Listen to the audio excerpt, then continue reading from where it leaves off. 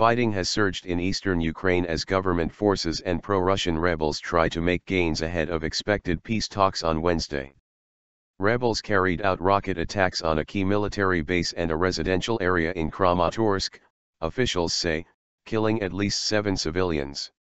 Meanwhile, Ukraine's volunteer Azov battalion has launched an offensive against separatists around Mariupol. More than 5,400 people have died since the conflict began last April. Ukraine and the West accuse Russia of sending troops and arms to support the rebels, but Russia denies this. Strong will. The leaders of Ukraine, Russia, France, and Germany are due to meet in the Belarusian capital Minsk on Wednesday to hammer out a peace deal after months of fighting. The summit is expected to focus on the creation of a demilitarized zone and the withdrawal of heavy weapons. French President François Hollande said he was going to Minsk with the strong will to get a deal. The White House says U.S. President Barack Obama spoke with Ukrainian President Petro Poroshenko on Tuesday ahead of the proposed talks. Mr. Obama has refused to rule out supplying lethal defensive weapons to Ukraine if diplomacy fails, but Russia has warned that such a move would worsen the crisis. Earlier, President Poroshenko told Parliament that the government's military headquarters at Kramatorsk airfield had been shelled by rebels.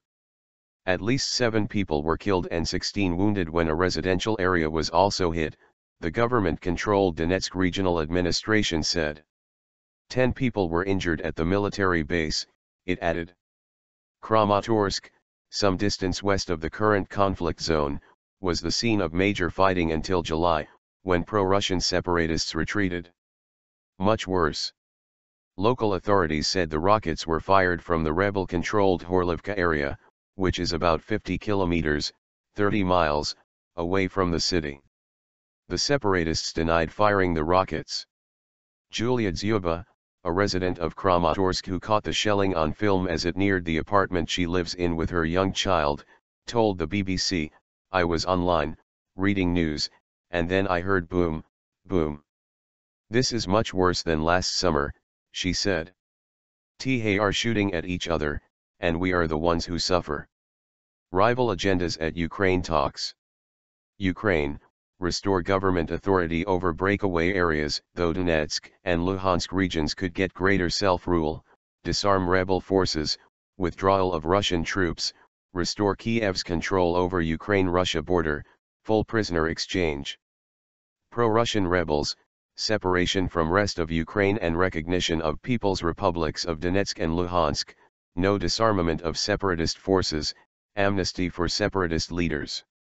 Russia, legal guarantees for rights of Russian speakers in eastern Ukraine, full autonomy for Donetsk and Luhansk in a federal system, not necessarily independence, no return of Crimea to Ukraine, withdrawal of Ukrainian troops from combat zone.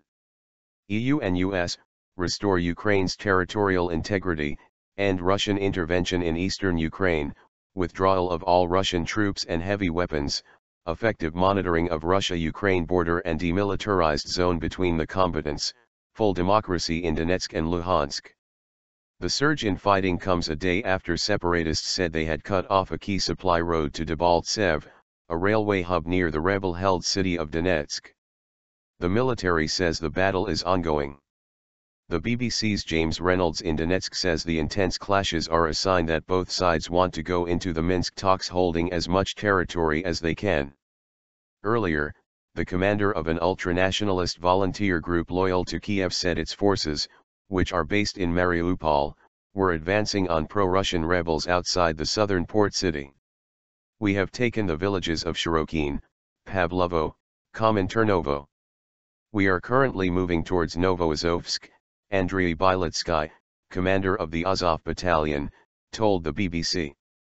The advance comes just days after Ukraine said rebels were massing forces for attacks on strategic towns, including Mariupol, which lies between rebel-controlled areas and the Crimean Peninsula. Russia's RIA news agency reported on Tuesday that more than 600 Russian troops had started exercises in Crimea, which was annexed by Russia last year. In another development, a court in Moscow extended the detention on Tuesday of Nadia Savchenko, a Ukrainian military pilot who is accused of killing of 2 Russian journalists in eastern Ukraine last year.